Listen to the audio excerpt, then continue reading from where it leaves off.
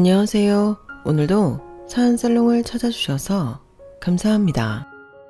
저는 인생의 가장 드라마틱한 순간에 엄청난 사건을 겪었던 피해자예요.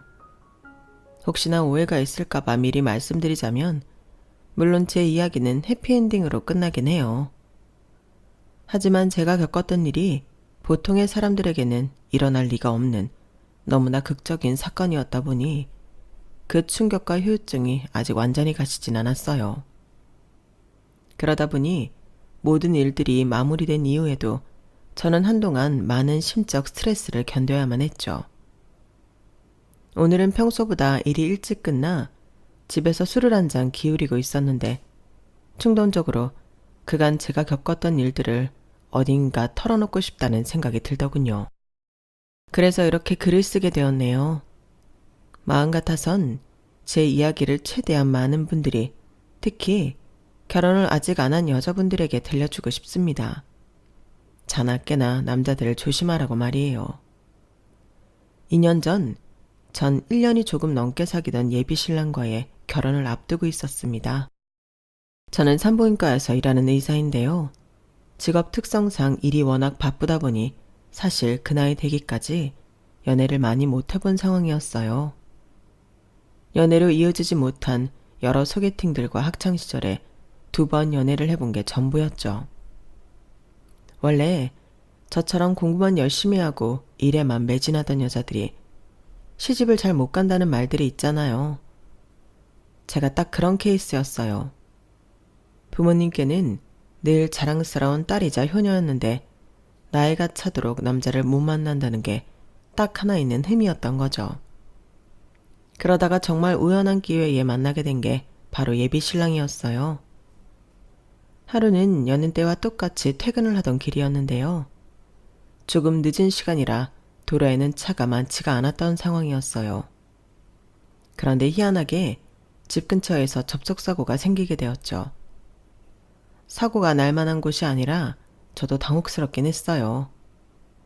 사거리에서 전 유턴을 하는 중이었고 상대방은 우회전을 하다가 제 뒤를 들이받은 거였죠.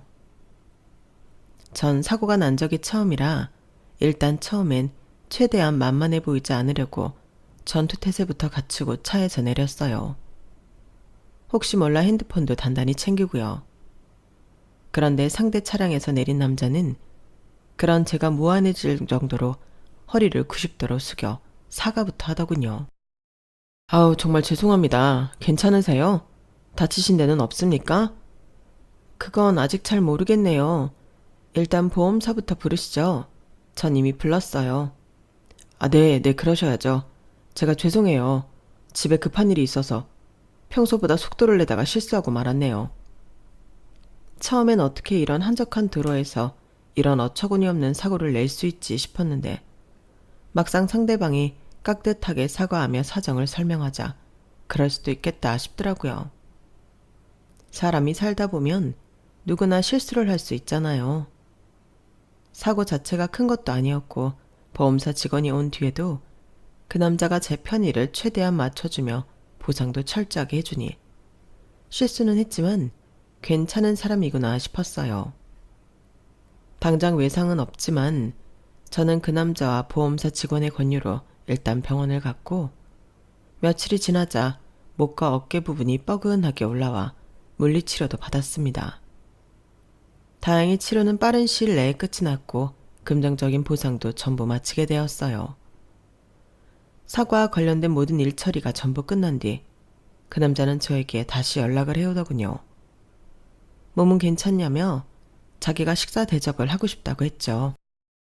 연애 경험은 많지 않았지만 저도 바보는 아니었기에 이 남자가 저에게 데이트 신청을 한다는 걸 모르지 않았어요. 그래서 나름 차려입고 약속 장소를 향했죠.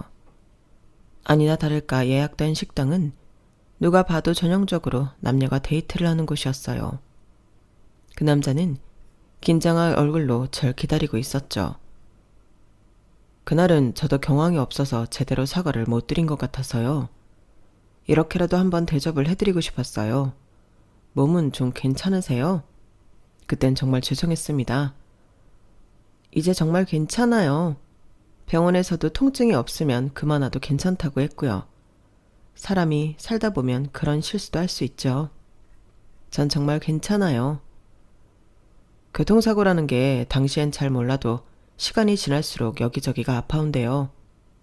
이번 목이랑 어깨였지만 다음은 허리일 수도 있는 거죠. 조금이라도 아프시면 치료 꼭 받으세요. 아, 그리고 여기는 주변 사람들한테 추천을 많이 받았던 곳이라 예약을 잡았어요. 고기를 먹어야 힘도 나시고 건강도 찾으실 테니까요. 이미 처리를 너무 잘해주셔서 이렇게까지 안 해주셔도 되는데 고마워요. 맛있게 잘 먹을게요.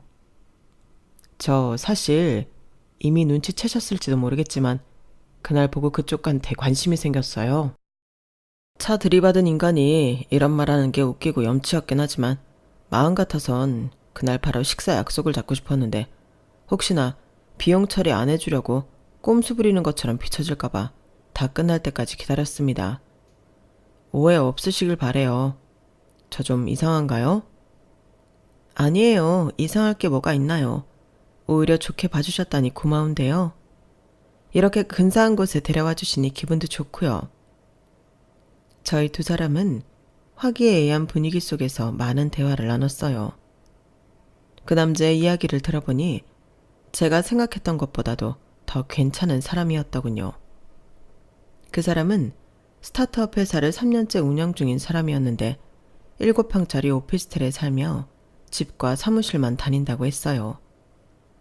30대가 넘은 나이에도 아직 자리를 잡지 못했던 건 가정사가 어려웠기 때문이었는데 어머니가 오래전 돌아가셨고 아버지까지 건강이 악화되면서 집안에 돈이 많이 필요하다고 했죠. 장남으로서 가장 노릇을 하다 보니 20대에 번 돈은 전부 가족들을 위해 쓰게 되었고 지극정성으로 모신 결과 다행히 아버지가 건강을 어느 정도 되찾으셨대요. 그 이후에 사업 자금을 마련해 작은 사무실을 하나 차려 사업을 시작했다고 해요. 어린 나이에 가장 노릇을 훌륭하게 해낸 것도 모자라 자신이 꿈꿔오던 사업까지 실현시킨 사람이라니. 그 남자가 비록 당장은 경쟁력은 없을지라도 바르고 성실하니 언제든 성공할 수 있을 거라는 생각이 들더군요. 저희는 그날 이후로 몇 번 더 만남을 가졌는데 서로에 대한 이야기를 많이 나누다 보니 아무래도 제 이야기도 할 수밖에 없었어요. 그런데 저는 아무래도 외가 쪽 가족들이 거의 다 의사인데다가 친가 쪽도 전부 다 대부분 대학 교수나 대기업 연구원 등 고수익 직종에 계신 분들이 많아 그 남자의 가정 형편과는 차이가 났어요. 저는 사실 그전에 소개팅했던 만났던 남자들이 저의 화려한 배경이 부담스러워하는 걸 몇 번 본 적이 있었는데요. 그래서 이 남자에게는 조금 조심스럽게 제 얘기를 꺼내게 되었죠. 아니나 다를까 그 남자는 조금 당황한 눈치더군요. 그래서 전 일부러 퉁명스럽게 부담스러우시면 굳이 안 만나셔도 돼요. 보통 남자들이 좋아하는 여자는 아니잖아요. 라고 말을 했어요. 그런데 그 남자는 의외의 대답을 하는 거예요. 조금 당황한 건 사실이지만 그렇다고 예림 씨를 안 만날 정도로 부담스러운 건 아니에요. 그런 건 별 볼일 없는 놈들이나 느끼는 감정이죠. 배경이야 어쨌든 예림 씨라는 사람 자체가 변하는 건 아니잖아요. 예림 씨가 제 배경 따위에 신경 쓰지 않고 저라는 사람을 좋게 봐서 만나준 것처럼 저도 똑같아요. 그리고 나중 일은 또 모르잖아요. 전 제 사업이 성공할 거라고 믿어요. 자신 있거든요. 저는 그때 그 남자의 대답을 듣고 완전히 반해버렸어요. 사실 그 전까지의 만남은 호감이 반이었고 호기심이 반이었는데 말이에요. 저희는 얼마 안 가 연인 사이로 발전하게 되었고 1년이 조금 지난 어느 날 그 남자는 저에게 프로포즈를 해왔어요. 예림아, 널 만나기 전에 나는 내 성공에 대해서만 생각하고 움직이는 이기적인 사람이었어.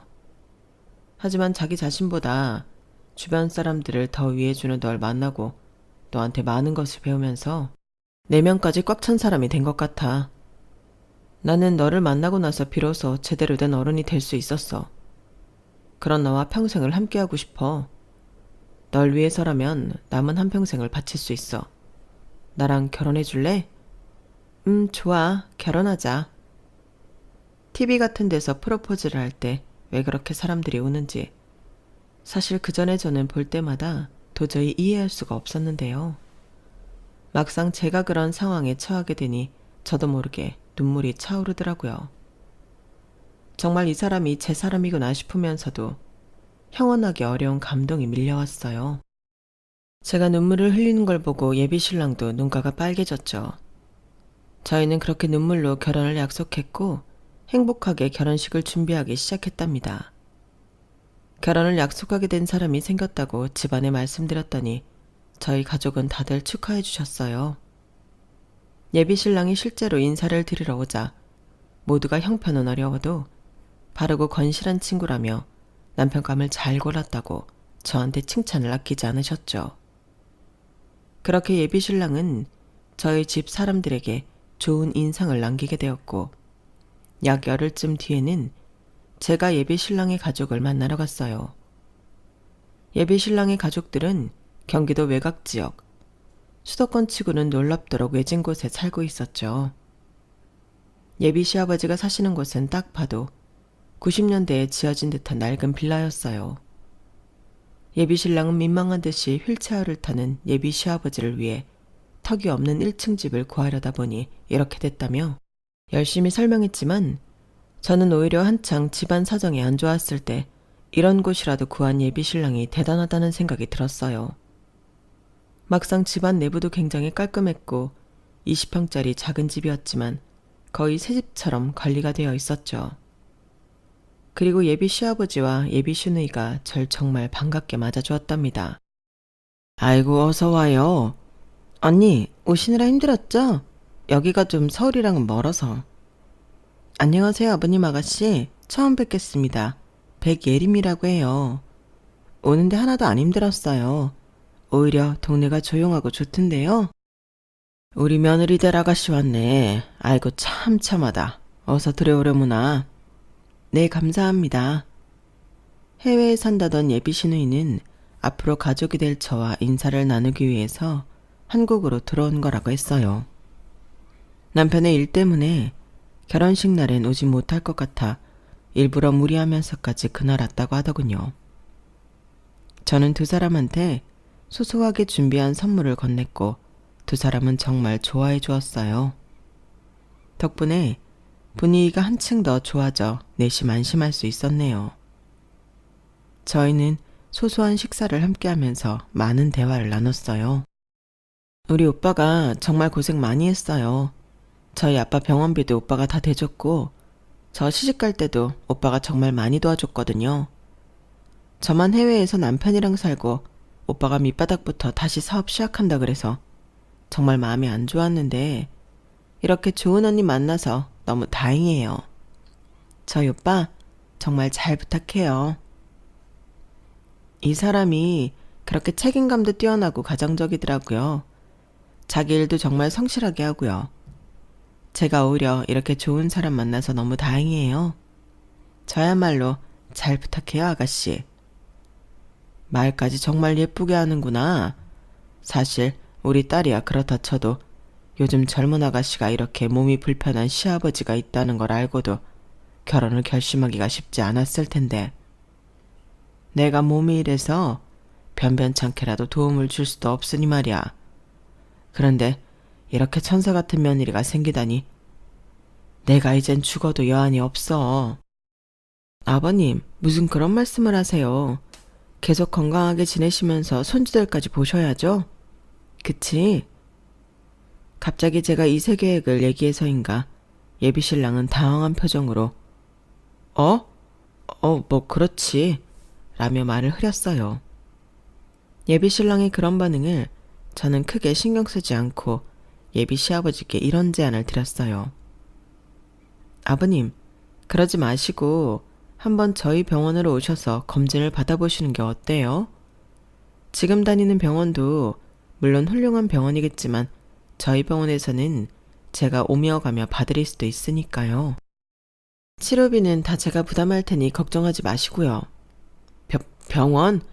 아, 뭘 또 그렇게까지. 괜찮아.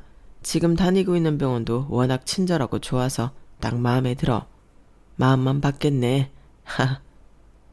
그렇게 부담스러워하지 않으셔도 돼요. 어차피 저희가 결혼하면 아버님은 저희 병원 VIP가 되시는 건데 미리 그 혜택 받아보신다고 생각하면 되겠네요. 아유, 정말, 정말 괜찮아. 우리 며느리가 이렇게 착하다니. 내 아들이지만 정말 좋은 여자 만난 것 같아. 너무 뿌듯하네. 제가 몇 번 더 진지하게 권유를 드려보아도 예비 시아버지는 극구 반대하시면서 이제 건강하니까 걱정 말라며 손사래를 치셨죠. 그러자 그때 예비 시누이가 갑자기 자기가 사는 영국 이야기를 꺼내며 화제를 돌리더군요. 언니, 이것도 드셔보세요. 이게 요즘 한국에서도 유행한다길래 사왔어요. 제가 런던에서 자주 먹었던 베이글인데 한국 와보니까 여긴 없어서 못 먹더라고요. 런던에선 그냥 지나가다가 먹는 거였는데 이건 압구정에서 제가 1시간 줄 서서 사온 거예요. 이거 정말 맛있어요. 이게 상호 명만 런던이라고 하는 거 아니었나요? 한국 사람이 론칭한 한국 브랜드라고 알고 있는데 런던에서 이걸 드셨다고요? 그건 몰랐는데 신기하네요. 아니 정확히 이 브랜드의 베이글이 있었다는 게 아니라요. 제 말은 이 베이글이요. 이런 스타일의 베이글을 많이 먹는다는 거였어요. 아, 그렇구나. 제가 워낙 병원 일만 하다 보니 요즘 뭐가 유행하는지 이런 건 잘 몰라가지고. 맛있네요. 그쵸? 나중에 영국 오시면 많이 드세요. 뭔가 말이 횡설수설한 것 같았지만 예비 신이는 어쨌든 저와 친해지고 싶어서 잘해주려고 애쓰는 것 같았어요. 저도 그런 예비 시누이가 고마워 호의적으로 대화를 나눴고 저희는 즐거운 분위기로 그 자리를 마칠 수 있었답니다. 저희가 연애를 하는 기간 동안은 서로의 가족을 보여준 적이 없어서 긴장도 걱정도 많이 되었었는데 아무 문제 없이 양가 가족들에게 인사를 마치게 되어서 마음이 한결 가볍고 든든해졌죠. 그렇게 저희는 상견례까지 성공적으로 마친 후에 본격적인 결혼 준비에 돌입했어요.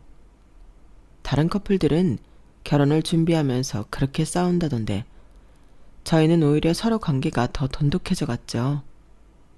같이 결정해야 하는 일, 처리해야 하는 일이 산더미 같았는데 그때마다 예비 신랑은 놀라울 정도로 저를 배려해 주었거든요. 게다가 제가 이제 정말 자기 사람이 되는 거라면서 들떠하더니 저희 병원으로 몇 번이나 도시락을 들고 찾아오기까지 했죠. 예비 신랑이 그렇게 지극정성이다 보니 저와 그렇게 친하지 않은 동기 의사마저 아우 형부 정성을 봐서라도 그날 시간 내서 결혼식 가야겠어 라고 얘기할 정도였어요. 그러던 어느 날이었어요. 그날은 예비 신랑이 초밥을 싸와서 저와 동료들한테 돌리고 간 날이었는데요.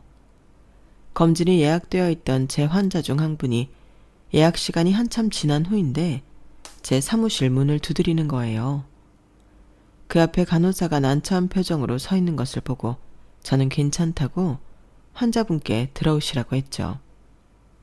간호사는 나가고 환자분은 주저주저 하면서 의자에 앉으셨어요. 환자분, 무슨 일이세요? 어디 불편하신 데라도 있으세요? 사실 그 환자는 제가 안 그래도 특별히 마음을 쓰는 환자들 중 한 명이었어요. 물론 다른 환자들을 차별한다는 것은 아니지만 이 환자의 경우 나이도 굉장히 어린데다가 남편도 없는 미혼모였기 때문에 겉으로 티는 내지 않았지만 마음이 좀 더 갈 수밖에 없었어요. 게다가 임산부치고는 굉장히 깡말랐고요. 환자는 잠시 주저하더니 저에게 의미심장한 질문을 던졌습니다. 아까 선생님이 주차장에서 남자친구분이랑 있는 걸 봤어요. 까만 벤츠 타고 나간 그 사람이요. 정말 선생님 남자친구 맞아요? 아, 네, 보셨군요. 맞아요. 제가 결혼하는 사람이에요. 곧 결혼식도 올릴 예정이고요. 네? 결혼을 한다고요? 그 사람, 선생님 남자친구가 좋은 사람이에요? 네, 아무래도 그렇죠. 남편 될 사람이 저한테 정말 잘해주거든요. 같이 지내면서 행복한 추억도 많았고 같이 살게 되면 더 좋을 것 같아요. 서로 의지할 수 있는 사람이 생기는 거니까요. 저는 그 환자분이 아무래도 미혼모이다 보니 정서적으로 불안해진 줄 알았어요. 한창 호르몬이 날뛸 때가 임신기간인지라 임산부들은 남들이 봤을 때는 별거 아닌 것 같은 부분에도 감정이 급격하게 너를 띠는 경우가 많으니까요. 게다가 그 환자분은 단 한 번도 보호자를 데려온 적이 없이 늘 혼자 진료를 보러 왔었고요. 그래서 저는 차분하게 그분을 달래드리려고 마음을 먹었는데 그분은 갑자기 뚱딴지 같은 질문을 던지는 거예요. 그래서 결혼이 언제라고요? 정확히 언제 하시는 거예요? 이번 주 토요일이에요. 환자분들 차트는 이미 대신 봐주시기로 한 쌤이 있어서 그분한테 인계 중이고요. 치료보는 데는 아무런 문제. 어디서 하는데요?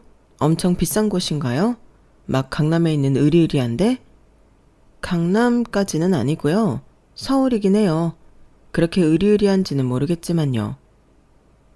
저는 얼떨결에 그분이 물어보는 대로 곧이곧대로 전부 대답을 했고 결국 결혼식 장소와 날짜, 시간까지 전부 알려주게 되었어요. 그때까지는 환자분이 참 특이하시다고 생각했을 뿐 그 이상의 무언가를 생각하진 않았습니다. 날짜와 장소를 알아낸 그분은 알겠다며 미련 없이 자리에서 일어나셨고 저는 예의상 축의금은 없어도 되니 만약 오신다면 식사만 하고 가시라고 말씀을 드렸죠. 그분은 그저 예 하면서 대답도 건성으로 하시고는 빠르게 문 밖으로 나갔답니다. 전 다소 황당했지만 그저 예민해진 임산부의 행동 중 하나라고만 생각하고 넘겼죠. 제가 너무 곱게만 자라 세상 물정을 몰랐던 탓일까요? 지나고 보면 모든 일들이 저에게 분명한 사인을 계속해서 주고 있었어요. 하지만 예비 신랑과의 결혼식을 준비하는데 온 신경이 쏠려있던 그 당시에 저는 저희 앞날을 까맣게 몰랐어요. 결혼식 날 당일 저는 눈부신 웨딩드레스를 곱게 차려입은 채 그저 마냥 행복하게 신부 대기실에 있었죠. 가족과 친구, 지인들이 하나같이 입을 모아 제 결혼을 축하해 주었고 신이 난 저도 그 사람들과 몇십 장씩 사진을 찍느라 정신이 없었어요. 그래서 누군가 신부 대기실 앞을 서성이며 저만 힐끔힐끔 쳐다보고 있다는 걸 꿈에도 모르고 있었답니다. 예식 시간이 다가와 드디어 모든 사람들이 예식장으로 넘어갔고 저도 긴장되는 마음으로 결혼식이 시작되길 기다리고 있었어요. 대충 소리를 들었을 때 홀이 워낙 크다 보니 아직도 교통정리를 하느라 시간이 걸리는 것 같더군요. 저는 드레스를 다시 단정하게 정돈해주는 드레스 이모님의 손길을 받으며 마음의 준비를 하고 있었는데요. 바로 그때 신부 대기실 문이 반쯤 끼익 열리며 누군가 신부 대기실 안으로 들어오는 겁니다. 그 사람의 정체는 제가 상상하지도 못한 인물이었어요. 며칠 전 저에게 찾아왔던 바로 그 미혼모 환자였죠. 결혼식장에는 전혀 어울리지 않는 수수한 복장이었고 얼굴은 화장기 하나 없이 어딘가 피곤하고 초췌해 보이는 모습이었어요. 그분은 저와 눈이 마주치다 후다닥 제 앞으로 다가왔고 당황한 저는 조금 어색하게 그분을 맞이했던 것 같습니다. 환자분, 여기는 어떻게? 어머너무 감사해요. 여기까지 오지 않으셔도 됐는데. 솔직히 무슨 말을 해야 할지 몰라 버벅거렸는데 환자분은 오히려 더 단호한 목소리로 엄청난 이야기를 하더군요. 아니에요, 선생님. 이 결혼 지금이라도 얼른 취소하셔야 돼요. 이 얘기하려고 왔어요, 저. 뭐라고요? 지금요? 갑자기 그게 무슨 소리예요? 시간이 없으니까 빨리 설명드릴게요. 일단 이것부터 들으세요. 환자분이 제 손에 들려준 건 자그맣고 낡은 mp3였어요. USB가 내장되어 있어 컴퓨터에 꽂기만 하면 바로 파일을 열어볼 수 있는 그런 옛날 mp3였죠. 환자분이 다급한 손으로 이어폰을 제 귀에 넣어주길래 저는 한 손으로는 이어폰을 받아 제 귀에 안착시키면서 머릿속으로는 경찰을 불러야 하나 앰뷸런스를 불러야 하나 고민하고 있었어요. 혹시나 정신과 치료가 필요한 분이 아닐까 싶어서요.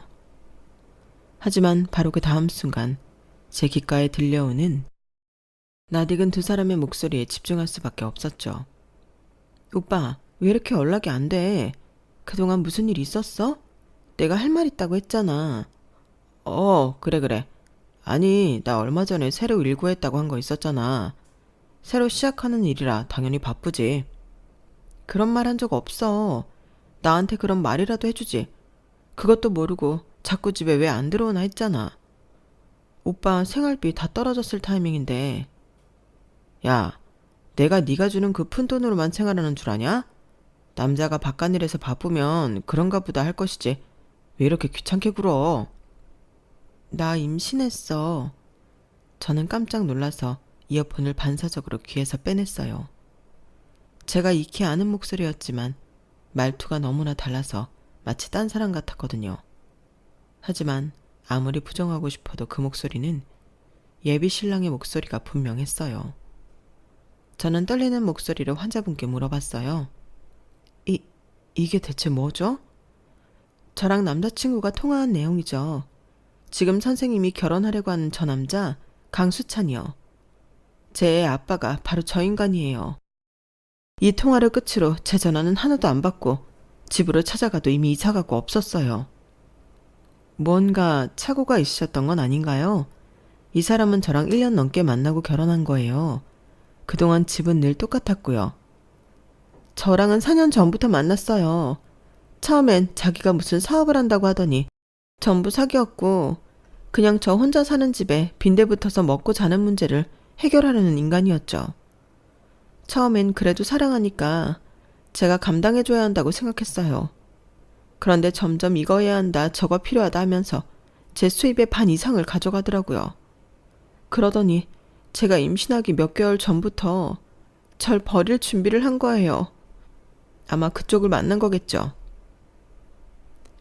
저 이제 곧 예시 시작하는데 신부님 어서 준비하셔야 합니다. 저희의 대화를 듣던 드레스 이모님이 난처한 목소리로 조심스럽게 예식의 시작을 알렸어요. 전 아직 예비 신랑에 대한 엄청난 배신감과 충격, 그리고 여전히 어느 부분은 그 남자를 믿지 못하는 마음이 그때까지 공존하고 있었는데요. 그때 그 환자분이 빠르게 핸드폰을 뒤적이더니 저에게 사진 하나를 보여주었어요. 선생님도 갑자기 이런 얘기가 믿어지지 않으시겠죠. 제가 너무 성급하게 녹음본부터 들려드려서 죄송해요. 정 안 믿어지시면 이걸 보세요. 만난 지 1년 넘었다고 했죠? 저랑 완전히 헤어지기 전에 찍었던 사진이에요. 8개월 전에요. 그 사진을 보는 순간 저는 모든 혼란스러움이 한 번에 정리되고 말았어요. 사람의 머릿속이 그렇게 한 번에 차갑고 이성적으로 변할 수 있는지 그때 처음 알았죠. 저는 낮게 가라앉은 목소리로 그 환자분께 물었습니다. 저희 신랑, 아니 이 남자 뒤에 있는 여자는 누구죠? 제 동창이에요. 이때까지만 해도 셋이 친하게 자주 놀았는데 어느 순간 둘 다 연락이 안 되더라고요. 어쨌든 이게 8개월 전에 저희가 술자리에서 찍었던 사진이에요. 이 여자 영국 사나요? 제 동창이요? 아니요. 얘 청주에서 네일샵 하는데요. 사진 속 그 여자는 영국에 살고 있다던 예비 신랑의 여동생이었어요. 자신의 동창이 이 사기극에 가담한 줄은 몰랐던 환자분은 오히려 의아한 표정으로 절 쳐다보았고 전 급하게 드레스 이모님의 소매를 붙잡았어요. 이모님, 얼른 예식 시간 좀 뒤로 늦춰주세요. 네? 지금 갑자기요? 직원분 아무나 붙잡고 20분만 늦춰달라고 해주세요. 드레스에 문제가 있어서 다시 손봐야 한다고요. 부탁드려요. 빨리요. 아, 네, 알겠어요. 감사합니다, 환자분. 어서 따라오세요. 저는 황급히 그 환자분을 데리고 혼주들이 옷을 갈아입는 것으로 갔습니다. 그 환자분과 이모님, 그리고 저만 빼고 밖에선 영문도 모른 채 20분 늦춰진 식을 진행하느라 우왕좌왕했죠. 갑자기 번쩍 떠오른 아이디어였지만 다행히 20분 만에 그 아이디어를 진행시킬 모든 준비를 마칠 수 있었어요. 그리고 정확히 20분 뒤에 예식은 정상적으로 진행될 수 있었죠. 하객들의 환호성을 한몸에 받으며 신랑이 먼저 입장했고 뒤이어 사회자의 정성스러운 멘트와 함께 신부도 등장하게 되었습니다. 어렸을 때부터 제 결혼식 로망은 아름다운 면사포가 있는 드레스를 입는 것이었어요. 눈부신 결혼식장에서 제 남은 인생의 반려가 될 신랑의 면사포를 걷어내고 저에게 입을 맞춰주는 것이 제가 꿈꾸던 완벽한 결혼식이었죠. 길고 화려한 버진로드를 걸어간 신부의 면사포를 신랑이 한바구음을 지으며 걷어내자 신랑은 기겁을 하며 으악 하고 외마디 비명을 질렀어요. 얼마나 놀랐는지 경계를 일으키듯 펄쩍 뛰어오르더니 그 자리에서 커당 넘어졌을 만큼이요. 덕분에 식장한 하객들은 전부 깜짝 놀라며 의아해했습니다. 웅성거리는 소리가 순식간에 번질 정도려. 그리고 그때 타이밍 좋게 식장 안에는 버진로드 끝에 서 있는 신랑과 신부의 목소리가 울려 퍼지기 시작했어요. 나 임신했어. 뭐라고? 나 임신했다고. 내가 메신저로 얘기했잖아. 중요하게 할 말 있다고. 병원에서는 6주 차래. 내가 집에 마지막으로 언제 갔었지? 3주. 지금 그게 중요해? 이제 어떡하냐고. 오빠가 일해서 돈 구해올 수 있어? 나 출산하고 나면 더 이상 일 못할 것 같아서. 뭔 개소리야. 그게 내 애인 건 확실해? 뭐라고? 오빠 말고 그럼 누구 애야? 이 걸레 같은 년이 어디서 몸 함부로 굴리고 와서 나한테 빌부터 먹으려고 해. 야, 꺼져. 난 네 애 아빠 절대 아니니까 연락도 하지 마. 알았어? 이제 막 좀 인생 필요한데 재수없게 진짜. 준비했던 녹음 파일이 뚝 끊기자 예식장 안은 웅성거리는 소리로 가득 찼어요. 저는 그때 정말 놀라운 광경을 목격했는데 혼주석에 휠체어를 타고 있던 예비 시아버지가 갑자기 휠체어에서 일어나 예식장 밖으로 주랭랑을 치는 거였어요. 하객들 모두가 깜짝 놀랐고 저 역시 그건 예상 밖의 일이라 기가 차 헛웃음이 나왔네요. 하지만 신랑은 그 광경을 목격할 정신도 없는 듯 했습니다. 여전히 바닥에 널브러진 채 일어나지 못하면서 신부의 얼굴을 보고 귀신이라도 본 듯 벌벌 떨고 있었거든요. 네가 여기를 어떻게? 내 와이프는 어딨어? 아니, 내 와이프도 이걸 알아? 네가 말했어? 그래, 네 와이프도 알아. 내가 다 까발렸어. 여기 있는 사람들 모두 너한테 속고 있는 거라고. 미쳤어? 이게 어디서 사기를 쳐? 지금 저게 내 목소리라는 거야? 누가 들어도 내가 아니라 딴 사람 목소리잖아. 얼굴은 새파랗게 질렸으면서 아직도 정신을 못 차리고 발뺌하려는 신랑에게 제가 사회자 마이크를 뺏어들고 얘기했어요. 그럼 다리를 못 쓴다던 당신 아버지란 사람이 방금 휠체어에서 벌떡 일어나 도망간 건 어떻게 설명할 건데? 영국에 산다던 당신 여동생이라는 여자가 청주에서 네일샵 하는 건? 무엇보다 당신이 지금 웨딩드레스 입고 있는 저 여자 얼굴 보고 기겁한 건 뭐야? 나랑은 1년 전부터 연애했는데 이 여자랑 헤어진 건 6개월 됐다며? 이건 너 어떻게 설명할 거냐고. 아니 그건 내가 다 설명할게. 나도 다 사정이 있어서 그랬어. 사정? 무슨 사정? 도대체 무슨 사정이 얼마나 대단하게 있어야 이 모든 걸 설명할 수 있는데? 당신 이거 사기 결혼이야. 명백한 범죄라고. 내가 당신 때문에 피해본 모든 것들 우주 끝까지 쫓아가서 다 배상받을 테니까 그런 줄 알아. 아니야. 제발 내가 다 설명할게. 일단 결혼식 끝나면 내가 다 솔직하게 밝히려고 했다고. 아, 그래? 그럼 여기서 밝혀봐. 그렇게 떳떳하면 이 자리에서 얘기를 해보라고. 내가 당신 속일 수밖에 없었던 건 그건 다 이 여자 때문이야. 계속 정신병자처럼 사실도 아닌 얘기를 짓거리면서 나한테 들러붙었다고. 신랑이 횡설수설하면서 끝까지 자기 잘못을 인정하지 않자 저는 화가 머리 끝까지 났어요.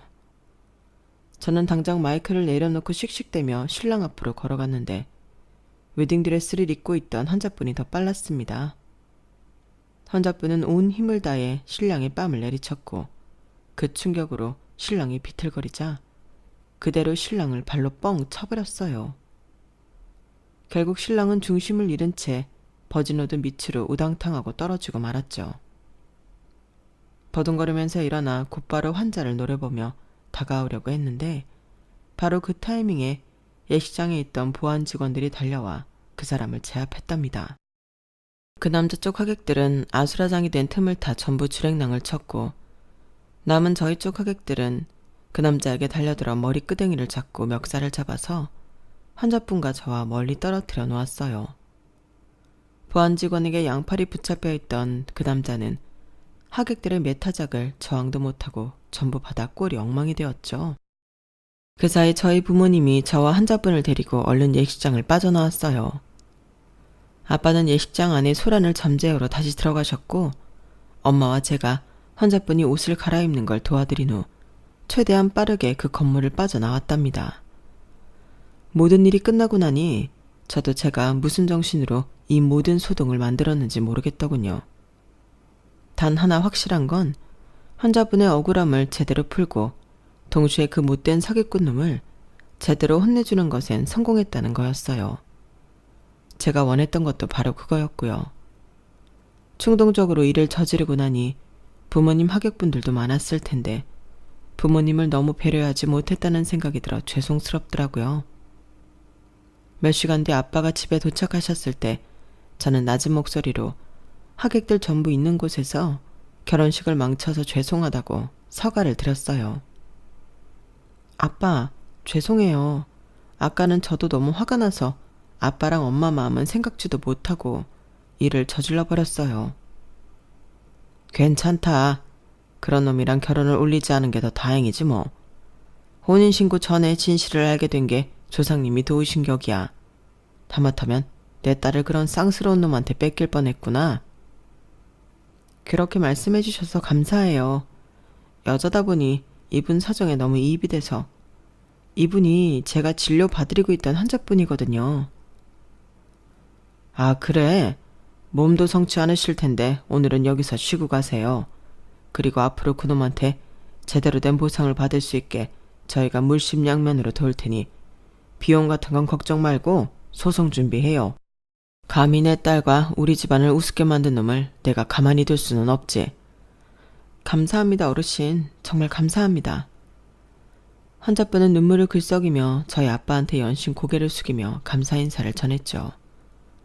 그날 이후 약 3개월 동안 저는 신랑의 사기 행각을 문제 삼아 파혼 위자료를 엄청나게 받아냈어요. 결혼식에 든 모든 비용이 억대 금액이 들다 보니 신랑은 저에게 하루가 멀다 하고 연락해서 울며 불며 저에게 한 번만 봐달라고 빌었어요. 하지만 저는 일절 대답하지 않고 착실하게 모든 일을 법적으로 진행시켰습니다. 3개월이라는 시간이 충분히 지나도록 일부러 천천히 그 사람을 괴롭혔죠. 왜냐하면 3개월 이후에 그 환자분이 출산을 했기 때문이에요. 출산 후 그 사기꾼 놈과 친자 확인 검사를 해본 결과 99%로 그놈의 아이가 맞다고 나오더군요. 대단한 반전을 기대한 것도 아니지만 어쩜 모든 게 이렇게 딱딱 맞아 떨어질 수가 있는지 기가 차서 헛웃음이 절로 났죠. 저희 아빠는 정말로 그 환자분께 초호화 변호인을 붙여주었어요. 초호화 변호인단이라는 말에 걸맞게 변호사들은 말 그대로 그 사기꾼 놈을 먼지 하나까지 탈탈 털어버렸고요. 결국 그 사기꾼 놈은 저에게 파혼 위자료 및 배상금을 갚아야 했을 뿐 아니라 그 환자분께도 향후 20년 동안 양육비를 주어야 하는 상황이 되고 말았죠. 그리고 그동안 환자분께 알게 모르게 뺏어가고 있던 돈까지 전부 토해내게 되었답니다. 무자비한 법원의 판결이 나오자 그 사기꾼은 그 자리에 주저앉아 흐느끼기까지 하더라고요. 그러더니 법원 안에 있던 절 발견하곤 무릎을 꿇으며 사정사정을 했어요. 예림아, 이거 너무한 거 아니야? 내가 너한테는 그렇게 잘해줬잖아. 꼭 이렇게까지 해야 하는 이유가 뭐야? 난 정말 내 애인인 줄 몰랐다고. 네 애인인 줄 몰랐으면 나랑 만나는 동안 딴 여자 만나는 건 용서가 되는 일이니? 너한테 그렇게 헌신적이었던 여자 임신시켜놓고 나 몰라라 내팽개치는 건 용서가 되는 일이냐고. 그걸 왜 네가 화를 내느냔 말이야. 난 너랑은 다 잘해볼 생각이었어. 제발 우리 좋았던 기억들 많잖아. 네가 나 조금만 봐줘. 내가 저 큰 돈을 더 어떻게 갚아. 그거야말로 내 할 바 아니지. 나한테 그런 사기를 친 인간이 어떻게 되든 뭐가 중요해? 좋았던 기억 같은 소리 하네. 네가 사기꾼이라는 게 밝혀진 순간 그건 전부 다 악몽 같은 기억들이 됐어. 넌 진짜 네가 나한테 무슨 짓을 저질렀는지 전혀 모르는구나. 모든 위자료 배상금은 막노동을 하든 뭐라든 10원 한 장 빼놓지 말고 갚아. 알았어? 괜히 저에게 사과하는 척 접근했던 그 사기꾼은 뼈도 못 추리고 저에게 호되게 혼이 나기만 했죠. 한순간에 길바닥에 나앉게 된 그 사기꾼은 도저히 이 모든 돈을 갚을 능력이 되지 않아 간판까지 가게 되었답니다. 그 소식을 들어도 저는 불쌍하다는 생각은 눈꼽만큼도 들지 않았어요. 오히려 그곳에서 제대로 된 참교육을 더 많이 받아오기만을 바랐죠. 이 모든 일들을 겪은 후 저는 오랜 시간이 걸려 예전과 같은 평범한 일상을 되찾을 수 있었어요. 아무리 그런 사기꾼을 걸러낸 것만으로 다행이라며 스스로를 다독여 보아도 그날의 일은 저에게 큰 트라우마가 되어버렸거든요. 30이 넘은 나이에 누군가를 결혼까지 약속할 정도로 믿었다가 배신을 당하니 다른 사람을 만나기가 두려워지기도 했고요. 다행히 주변에 좋은 사람들이 많아 따뜻한 위로도 많이 받긴 했지만 그럼에도 마음이 편치 않았는데 얼마 전 알게 된 이 사연살롱 채널의 이야기를 들으며 위로가 많이 됐었어요. 어쩌면 이 글을 듣게 된 누군가는 저처럼 위로를 받을까 싶어서 이렇게 제 사연을 보냅니다. 제 사연을 들으시는 분들이 모두 힘든 마음을 위로받으시길, 그리고 저에게도 위로의 말씀을 해주시길 바라요. 긴 이야기 들어주셔서 감사합니다. 행복하세요. 여러분, 사연 댓글에 응원과 현명한 조언 부탁드려요. 좋아요와 구독은 저에게 큰 힘이 됩니다. 오늘도 좋은 일 가득하세요.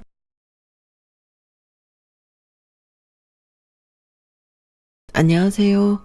오늘도 사연살롱을 찾아주셔서 감사합니다.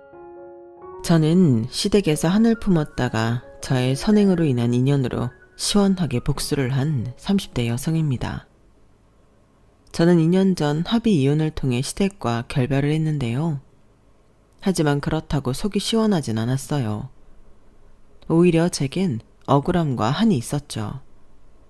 여자가 한을 품으면 여름에도 서리가 내린다는 말 들어보셨나요? 그 말처럼 제 서리는 한여름의 장마처럼 끈질기고 길었어요. 게다가 시어머니는 이혼 후 제게 끊임없이 저주를 퍼붓는 문자를 보내곤 했거든요. 어줍잖은 애가 우리 집으로 시집을 와서 우리 아들 인생을 망쳤구나. 우리 아들 이혼남 만들어 놓고 네가 행복할 수 있을 것 같냐? 속 좁은 인간이 잘 되는 법 못 봤다. 넌 분명 망할 거다.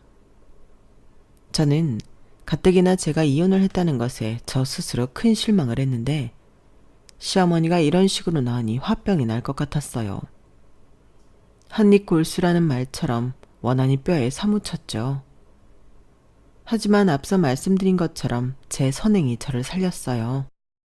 저는 시원하게 시어머니에게 복수를 했고 시어머니는 이혼 뒤 제 모습을 보고 대굴대굴 구르며 분에 차하셨어요. 그도 그럴 것이 제가 백화점이라는 세계에서 신분 상승을 했거든요. 오늘 그 이야기를 들려드리려고 사연을 적어봅니다. 저는 고등학교 동창회 소개로 만난 남편과 2년을 연애하고 결혼을 했어요. 2년 동안 연애를 하면서 서로 부모님을 뵌 적은 없어요.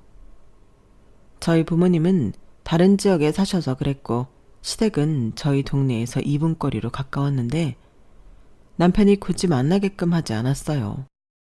간혹 제가 남편을 집 앞에 데려다 줄 때도 시부모님과 같이 사는 걸 뻔히 아는데 올라와서 차 한잔 하라고 하지도 않더라고요. 저는 그게 꼭 결혼을 반대하는 것 같아서 기분이 찜찜했어요. 그런데 2년 정도 흐르니 남편도 결혼을 하자고 하고 시댁에서도 반대는 없었죠. 그렇게 상견례 때 저는 시부모님을 처음 뵈었어요. 시아버지는 중학교 윤리교사라고 들었는데 그에 맞게 점잖고 고상했어요. 사근사근한 말씨에 언행도 배운 사람 같았어요. 그리고 시어머니도 부잣집 사모님처럼 우아하고 품이 있었죠. 상견례 때나 결혼식 때나 다른 어려움은 없었어요. 다만 시부모님이 결혼식에 예의를 갖춰주었으면 좋겠다고 생각했죠. 그래서 저희는 전통 혼례 마냥 혼담부터 납회까지 하기로 했고 그렇게 했어요. 그리고 시부모님은 주례는 결혼식에서 필수라며 강조했어요. 그래서 시아버지 학교의 교장님이 주례를 서주셨죠. 주례는 길었어요. 다들 왜 주례를 제외하는지 뼈저리게 느꼈어요. 그리고 웨딩드레스를 저희 부부는 특이하게 시어머니와 함께 보러 다녔는데 시어머니는 노출이 없는 고상한 디자인만 추천하셨고 다른 디자인에는 핀잔만 주셔서 시어머니가 원하는 디자인으로 단 한 번뿐인 결혼식을 진행할 수밖에 없었어요. 그리고 시아버지는 단호하게 결혼식을 할 때 주의해야 할 사항들을 말해줬죠. 단 한 명도 웃기지 말고 울리지 말아야 한다. 결혼식은 엄숙해야 해. 모두 너희들의 축복을 미소 짓는 단계에서 빌어줘야 한다. 박수만이 결혼식에서 들리는 소리여야 해. 이상한 축가나 축무 따위는 하지 말아라. 나는 그런 걸 결혼식에서 왜 하는지 모르겠다. 다 축하하는 마음에서 하는 거죠, 아버님. 그렇게 싫으세요? 요새 결혼식은 축제처럼 하는데 즐겁고 좋잖아요. 예, 무슨 그런 말을 하니? 결혼식이 무슨 애들 재롱잔치도 아니고 축제? 어른들을 모시고 무슨 축제야? 축제는 너희 아버님 말 잘 들어.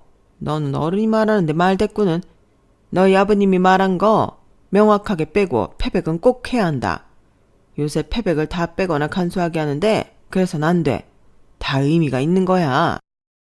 사실 제 결혼식에 충무를 하기로 한 친구들이 있었거든요. 그리고 저도 한 번 하는 결혼식 즐겁게 하고 싶었고요. 요새 SNS에 보면 신랑 신부 입장도 재미있게 하는데 그렇게 하고 싶었어요. 다들 시간 내서 와주셨는데 즐거운 시간이 되었으면 좋겠어서요.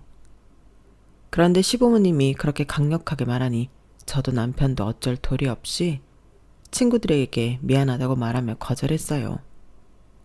친구들이 서운해하는데 정말 미안하더라고요. 그렇게 저희는 미소와 박수만이 가득한 고상한 결혼식을 했어요. 그리고 축의금을 확인하는데 그때 시어머니가 본색을 드러내더군요. 요새는 결혼하면 축의금은 다 신랑 신부에게 주지 않나요? 결혼했으니 고생했다고요. 그리고 요샌 결혼식 비용도 만만찮으니까요. 그런데 저희 시어머니 정확하게 자기 몫을 가져가더라고요. 그리고 뒤에서 시아버지는 묵묵히 보고 계시고요. 그때는 계산이 정확한가 보다 하고 말았는데 지금 생각해보면 그때 알아차렸어야 했어요. 시어머니의 본색을 말이에요. 사실 저희 시어머니 매우 이해타산적이고 염세주의예요. 시아버지가 중학교 교사, 교육공무원이라고 말씀드렸죠. 그리고 시어머니는 친정아버지가 시립미술관 운영위원이자 꽤 유명한 화가예요. 그리고 친정어머니는 땅 부자라나요? 그리고 친언니는 대를 이어 화가이고 미대 교수라고 하더라고요. 그런데 저희 시어머니 꼭 돈에 쪼들리는 사람처럼 돈돈거려요. 웃긴 게 뭔지 아세요? 시어머니는 자기 자식들에게, 그러니까 저희 남편과 시누이에게 매달 키워준 값을 받아요. 처음에 제가 그 이야기를 듣고 의아해서 무슨 그런 경우가 있냐고 남편에게 물었어요. 왜냐하면 그게 무시할 만큼 적은 금액이 아니거든요. 키워준 값? 그런 게 어딨어. 솔직히 말해 자기가 태어나고 싶어서 태어난 것도 아니고, 안 그래? 나도 처음에는 그렇게 생각하긴 했는데 아이를 성인까지 키우는데 한두 푼 드는 것도 아니고 이동안 고생하셨으니까 용돈처럼 드리는 거야. 내가 내 월급으로 드릴 테니까 자기는 신경 쓰지 않아도 돼. 하지만 용돈은 별개였어요. 매년 명절이랑 생신, 어버이날에 드리는 용돈 말이에요. 그건 또 따로 들어야 했죠. 그래서 한 번은 제가 아이를 가질 계획이니 용돈을 조금 줄여도 되냐고 물었어요. 정말 큰 용기를 내서요. 어머님, 저 이제 슬슬 아이 가져볼까 하는데 어머님도 아시다시피 아이 키우는데 한두 푼 드는 게 아니잖아요. 그래서 어머님, 아버님 드리는 용돈 조금 줄여서 드려도 될까요? 아버님 아직 창창하게 버시잖아요. 은우가 그런 얘기도 너한테 하니? 얘는 참, 부부 사이에도 굳이 말하지 않아야 하는 것도 있는 건데 이건 너와 상관없는 일이야. 나랑 애들 아빠, 그리고 우리 애들에 대한 일이지. 그러니 넌 신경 쓸 필요도 이유도 없어. 그리고 네가 이런 식으로 말하는 거 보니 불만이 있는 모양인데 내가 애들 키움값 받겠다는데 그게 이상하니? 내가 쟤네들 키우는데 얼마나 많은 노력과 비용이 들었는 줄 알아? 넌 절대 모를 거다. 네 애를 가져도 모를 거야. 그리고 그것도 다 교육이다. 알긴 아니? 시어머니는 그런 얼토당토 않는 말을 했어요. 하지만 웃기잖아요. 자기 자식이 30이 넘었는데 무슨 교육이에요. 30이면 부모에게 교육 받을 시기는 아니지 않나요? 하지만 시어머니하고는 영 말이 안 통했어요. 속에 경일 끼었죠. 그리고 저희 시댁은 달에 1회 이상 저녁 식사를 하고 상반기와 하반기에 1회씩 여행을 가는 행사가 있었어요. 명절도 명절대로 챙기는데 참 행사가 많죠. 그걸 결혼한 뒤에 알게 되었는데 남편은 대수롭지 않게 생각하더라고요. 시댁 식구랑 친하면 좋은 거 아니냐면서요. 뭐 저도 시댁과 불편하게 지내는 것보다 낫겠다고 생각해서 처음엔 그런 마음으로 저녁 식사와 여행에 임했어요. 그런데 그럴 때마다 시부모님이 계산을 안 하더라고요. 말씀드렸지만 저희 시아버지는 중학교 교사고 나중엔 교장까지 되어요. 그리고 시어머니는 부잣집 딸이고요. 그런데 지갑 한 번 쉽게 열리지 않더군요. 모두 제 남편이 냈어요. 남편이 꼴의 오빠라고 시누이가 내는 꼴을 못 보더라고요. 그리고 그것뿐인 줄 아세요?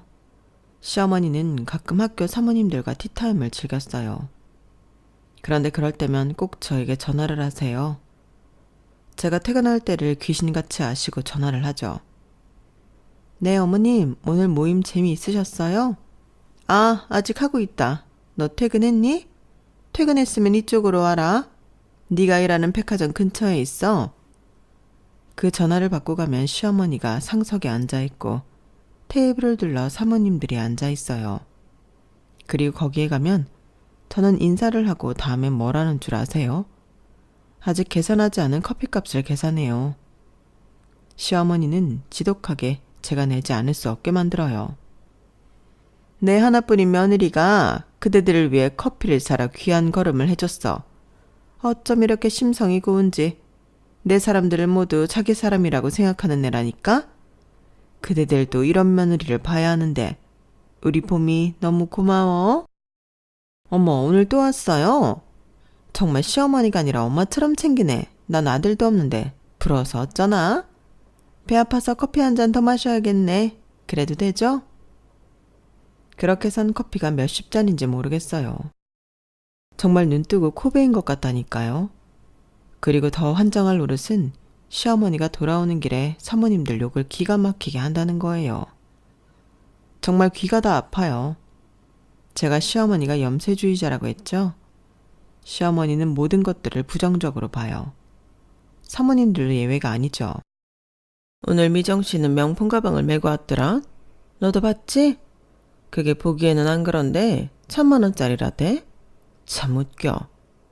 입은 매번 천박하게 놀려서는 그런 가방 매봤자 그 여자는 평생 나처럼 고상하질 못해. 안 그러니? 아, 그래요? 그게 1,000만 원이나 해요? 그래. 고작 교사 사모임 주제에 뭐가 된다고 그런 가방을 왜? 웃기지도 않아. 어차피 교장 사모는 나야 나. 나도 그런 가방을 안 매는데 어디서 예의 없이? 들어보니까 부모가 시장에서 생선 팔았다더라. 안 봐도 비디오지. 시어머니는 늘 사모들 뿐 아니라 사람들 앞에서 그들을 위하는 척, 고상한 척, 품위 있는 척 다 하면서 뒤에서는 저런 식으로 험담을 했어요. 제가 보기에 시어머니는 남들이 자기보다 잘나면 배 아파하는 탐욕스러운 구석이 있었어요. 저는 그런 시어머니 곁에서 저도 모르게 지쳐갔어요. 그래서 시어머니의 연락이 오면 두려웠고 가끔은 모르는 척 전화를 받지 않은 적도 있었어요. 하지만 모르는 척 전화를 받지 않으면 배로 고통스러웠죠. 시어머니가 저희 집으로 찾아왔거든요.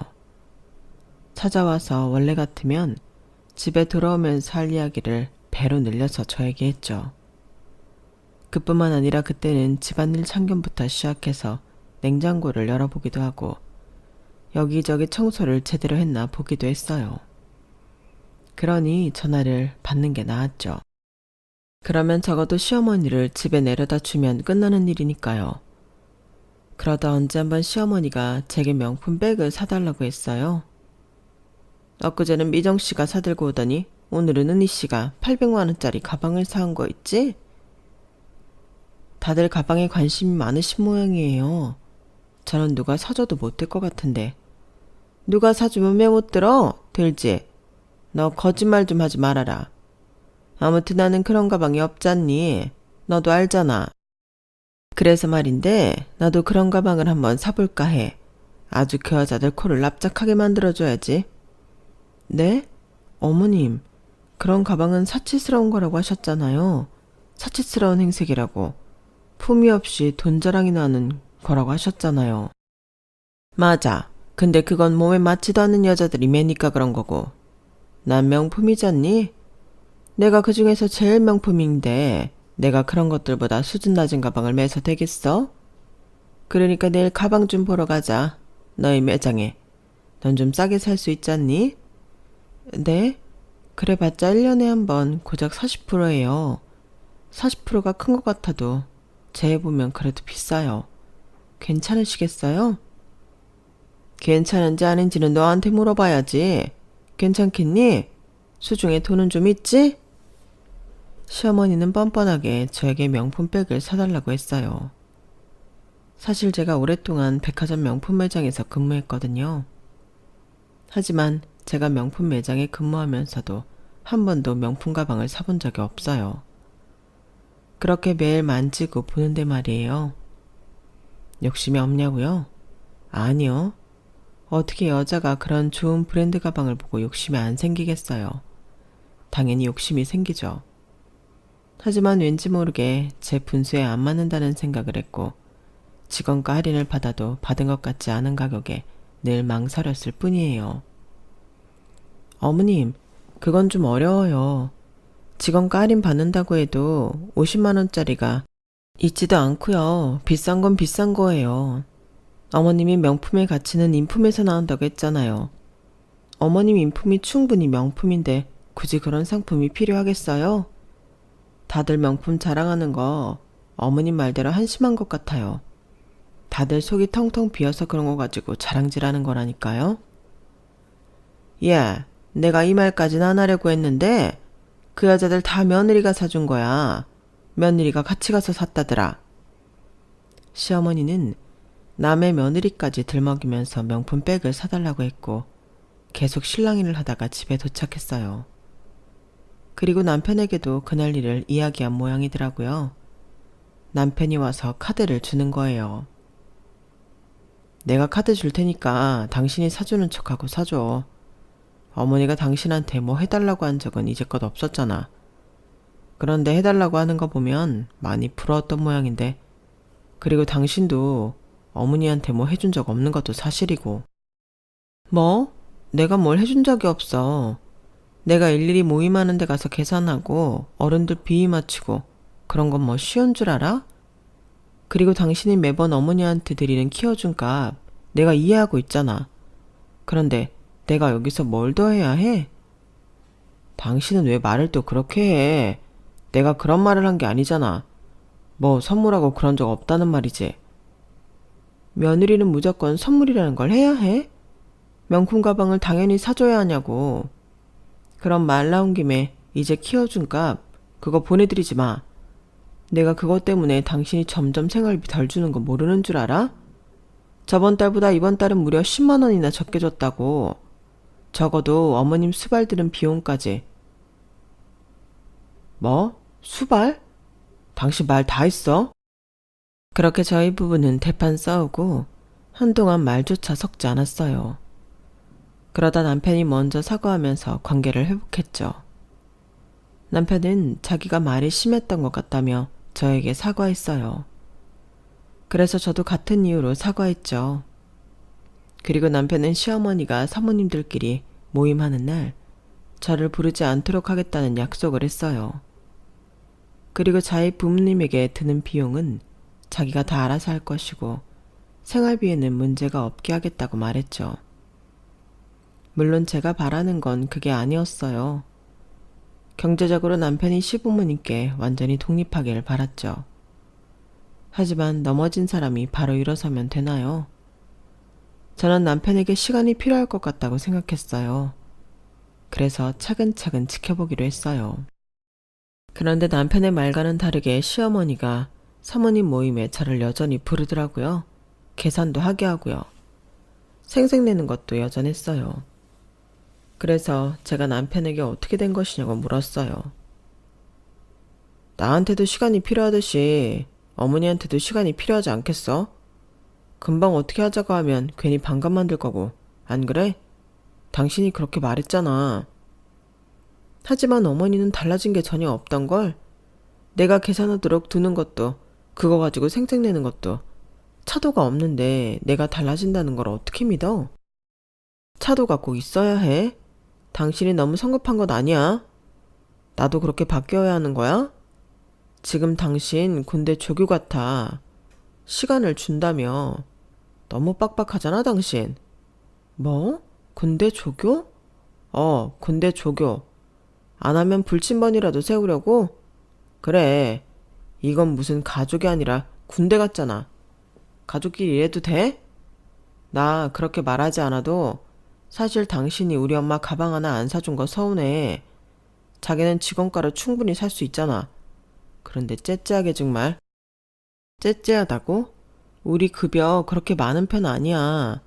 매일 명품 만지고 있다고 명품 살 만큼 돈 버는 것도 아니고 명품이 쉬워지는 것도 아니야. 그렇게 덜컥 사들이면 다음엔 또 어떤 걸 사달라고 할지 자기가 어떻게 알아? 너 지금 우리 엄마 모욕한 거지? 그래, 그럼 죄책감 없이 말할게. 나 오늘 우리 주택청 약 깼어. 하도 엄마가 명품 가방 해서 한 개 사주려고. 뭐 어때? 아들이 명품 가방 사주는 게. 이러면 됐지?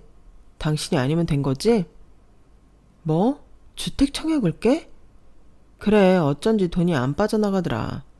아무리 자기가 은행원이라고 해도 이런 걸 내 동의 없이 마음대로 해도 되는 거야? 법적으로 문제되는 건 아니야? 문제된다면 나 너 고소할 거야. 내가 그렇게 허술한 은행원으로 보여? 당연히 문제될 거 없지. 우리가 동의하에 청약 깬 거니까. 그러니까 괜히 엄한 사람 발 걸지 말고 지금 자기가 한 말들 다 사과해. 그럼 내가 선심 써서 자기가 엄마한테 가방 선물한 걸로 할 테니까. 선심 써서라고 했니? 너 그거를 다시 배워야 할 것 같은데? 선심 쓴다는 말은 이런 경우에 하는 말이 아니야. 네가 뭘 베풀었다고 선심을 써?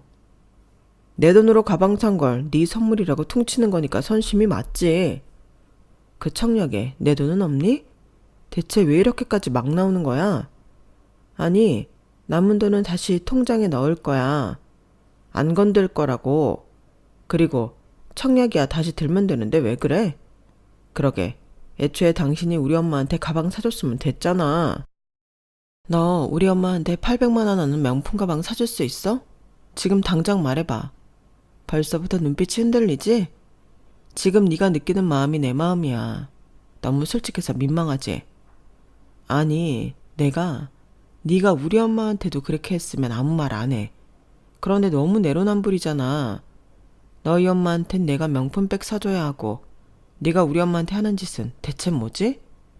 너 명절에 가면 거실에 내내 앉아만 있잖아. 그리고 우리 아빠 투명 중인 상황에 네가 얼마나 자주 갔어? 한 달에 한 번은 갔니? 그게 시한부 판정받은 장인어른한테 할 짓이야? 그건 내가 바빠서 그런 거고, 그리고 처가댁은 다른 지역이잖아. 그래봤자 고작 2시간이야. 주말에 시간이 없어? 골프 갈 시간에 좀 가주면 안 되니? 나는 매주 가. 매주 가서 아빠 얼굴 보고 와. 네가 운전은 안 해도 옆에 같이 탈 수는 있잖아. 그때 결혼생활 3년 동안 쌓아왔던 저의 불만은 본물처럼 터졌고 남편은 그물에 익사해 아무 말도 하지 못했어요. 저희는 그렇게 한참을 감정적으로 싸우다 결국 새벽에 이혼을 하자고 합의를 봤어요. 더 이상 부부 생활을 못할 것 같더군요. 그리고 각자 부모님에게 이혼을 하겠다고 그 결정을 말한 뒤에 합의 이혼 절차를 밟았어요. 이혼 과정에서 서로의 부모님에게 연락이 오지 않게 하자는 약속은 지켜졌어요. 남편은 어떻게 했는지 모르지만 남편에게 전화를 하려는 엄마를 뜯어 말렸죠. 엄마, 내 얼굴을 봐서라도 그 사람한테 전화하지 마요. 엄마가 그 사람한테 전화하는 순간 내 얼굴에 먹칠하는 거고 내 얼굴 피딱지 않게 하는 거야. 나랑 그 사람이 진지하게 고민해서 내린 결정이고 변함은 없어요. 그러니까 전화하지 마세요. 그렇게 저희 부부는 조정기간을 걸쳐 완벽한 남남이 되었어요. 설년 동안 아이가 생기지 않은 것이 참 고민이었는데 아이가 없으니 이혼이 나름 간편하더라고요. 그렇게 2년이 흘렀어요. 2년이 흐른 뒤 저는 혼자만의 생활에 적응을 했지만 이상하게도 한이 맺혀서 제 속을 괴롭게 했어요. 제 한은 여름에 서리를 내리게 할 정도로 깊었어요. 그리고 그 서리는 겨울까지가 바닥을 꽁꽁 얼게 만들었죠. 한 번뿐인 저의 결혼식이 실패로 끝났다는 사실이 저를 견디지 못하게 했어요. 저는 저 스스로를 완전한 패배자로 만들었고 낙인시켰고 굴복했어요. 게다가 시어머니가 완전히 이혼을 하고 나서 문자가 여럿 왔어요. 앞서 말했듯이 저한테 저주를 퍼붓는 내용이 다수였고 저는 그 문자로 머릿속이 멍해지고 정신이 나갈 것 같았죠. 그리고 저희 시어머니가 발이 매우 넓거든요. 모임도 사실 사모님 모임 말고도 여럿 있어요. 거기서 무슨 이야기를 나르고 날랐는지 사람들이 제가 불임이어서 이혼을 당했다고 생각하더라고요. 제가 백화점에서 일을 하잖아요. 사람들을 많이 마주치는데 같은 백화점에서 일하는 직원뿐 아니라 모르는 사람들도 저를 보고 수군거렸어요. 이혼을 하고 저는 시댁과 인연을 끊었는데 이렇게 자꾸 시댁 이야기가 나오는 게 불편했고 이유가 아닌 이유가 거론되는 것도 싫었어요. 왜 이혼을 하고 나니 시댁이 더 꼬리표가 되어 돌아오는 건지 알 수가 없었죠. 그 스트레스가 너무 심해서 매일 악몽을 꾸던 날도 있었어요. 시어머니가 마귀가 되어서 저를 괴롭히는 꿈을 꿨죠. 그래서 저는 간혹 그런 생각을 하기도 했어요. 복수를 하고 싶다. 시어머니에게나 남편에게나 복수를 하고 싶다고요. 지금 제가 겪는 괴로움을 갚아주고 싶다고요. 하지만 그건 나쁜 마음이잖아요. 그래서 차라리 일에 매진하자고 다짐했어요. 그래서 저는 이혼을 하고 몇 년 만에 승진을 했어요. 그만큼 절실하게 일을 했죠. 그러다 하늘이 도운 걸까요? 저는 백화점에 온 시어머니와 마주치게 돼요. 저는 그때 근무 중이 아니었어요. 저희 친정엄마와 함께 있었고 백화점에 들린 이유는 저희 아버지가 그해 돌아가셨어요. 저희 아버지가 말씀드린 대로 시한부였는데 제가 이혼을 하고 2년쯤 지나서 돌아가셨어요. 그래도 6개월 시한부 선고를 받고 2년을 사셨네요. 저희 엄마도 흐르는 시간과 함께 마음의 준비를 하고 있었어요. 그런데도 막상 아버지가 돌아가시니 엄마가 헛헛해 보이더군요. 말씀도 많이 하던 분이 말수도 적어졌고 창문만 멍하니 보실 때도 많고요. 사별의 스트레스가 이혼, 구속, 해고보다도 더 크다더니 그걸 저는 엄마의 모습을 보고 실감할 수 있었어요. 그래서 엄마에게 뭘 해줄 수 있을까, 뭘 선물할 수 있을까 하다가 명품 가방을 하나 사주고 싶었어요. 엄마도 여자인데 명품 가방 하나는 가지고 싶지 않겠어요? 그래서 휴무인데도 백화점에 들린 거였어요. 그런데 엄마가 제 매장에서는 마음에 드는 게 없는지 자꾸 다른 매장을 가자고 했어요. 그렇게 몇 군데를 돌아봤는데 마음에 드는 게 없나 봐요. 그냥 가자고 하더라고요. 그래서 제가 명품 부티크를 보면서 가보자고 했어요. 저기 비싼 데 아니냐? 엄마, 여기서 안 비싼 데 찾는 게 더 어려워요. 나도 엄마한테 효도 한번 해보자. 그래서 부티크에 들어가 이것저것 보는데 엄마가 가격을 보고 기겁을 하더라고요. 그러더니 이내 고르지 않고 앉아만 있었고 저만 매장 직원과 친해서 떠들고 있었어요. 그리고 거기서 운명의 장난. 시어머니와 마주치게 되었어요. 어머, 오랜만이다. 너희 매장에서 일하니? 까르띠에라, 성공했다. 그런데 왜 유니폼을 안 입고 있니? 네 수준에 제일 잘 어울리는 곳인데. 설마 잘린 거니? 잘린 게 아니면 빨리 라카름에서 옷 갈아입고 나와. 이왕이면 네가 와서 내 팔찌 골라주면 좋잖니. 오랜만이네요. 그런데 잘리다뇨. 어머님, 저 승진도 했는걸요? 승진? 역시 애가 없어서 승진도 되는구나. 네 나이에. 너는 평생 애가 들어설 팔자가 아니니 아주 사장까지 승진하겠다 얘. 어머님은 아드님이 용돈 주셨나 봐요. 여기 오신 거 보면. 그런데 여기 좀 비싼데? 용돈을 많이 주셨나 보다. 그래, 네가 나간 덕분에 내가 요새 용돈도 더 받고 아주 좋아. 널 우리 집안에서 내쫓은 이후로 일이 너무 잘 풀려서 말이야. 우리 아들도 승진했다. 들었는지 모르겠지만.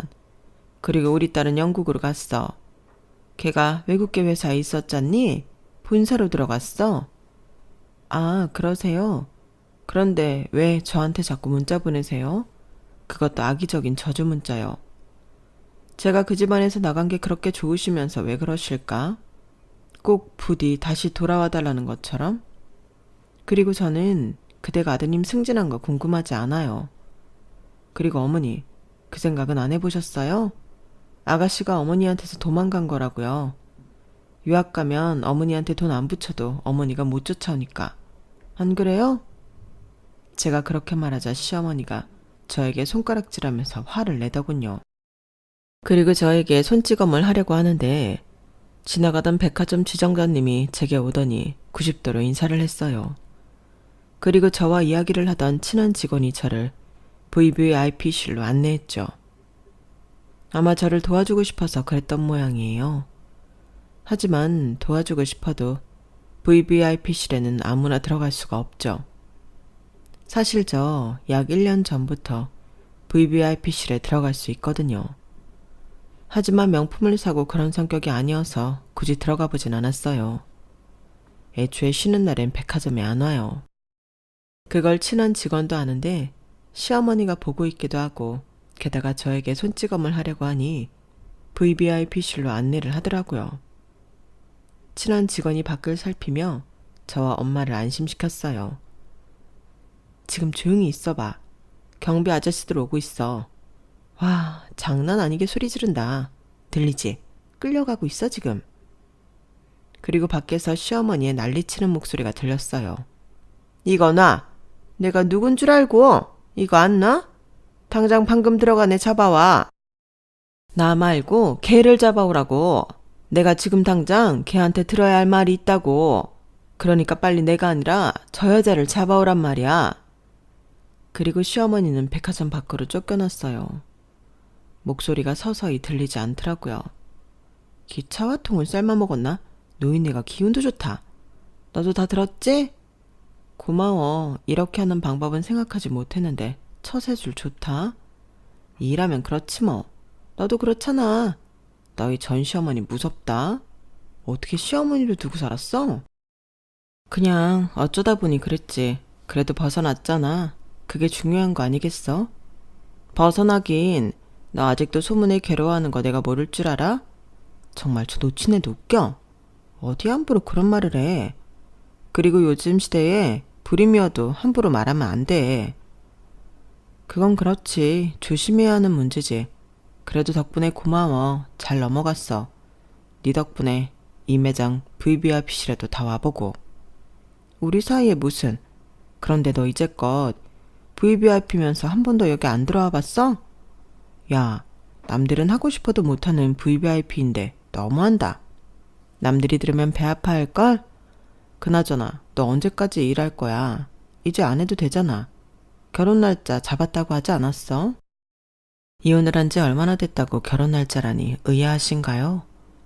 사실 일이 이렇게 될 수 있었던 건 이혼을 한 저에게 찾아온 새로운 행운이자 사랑 덕분이에요.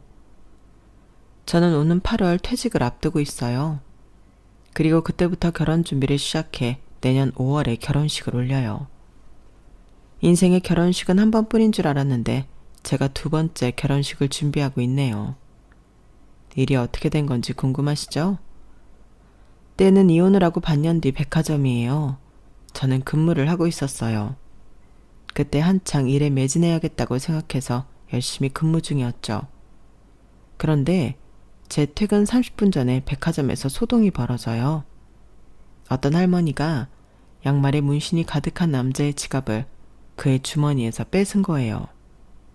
그래서 그 남자가 할머니에게 삿대질을 하며 소리치고 있었어요.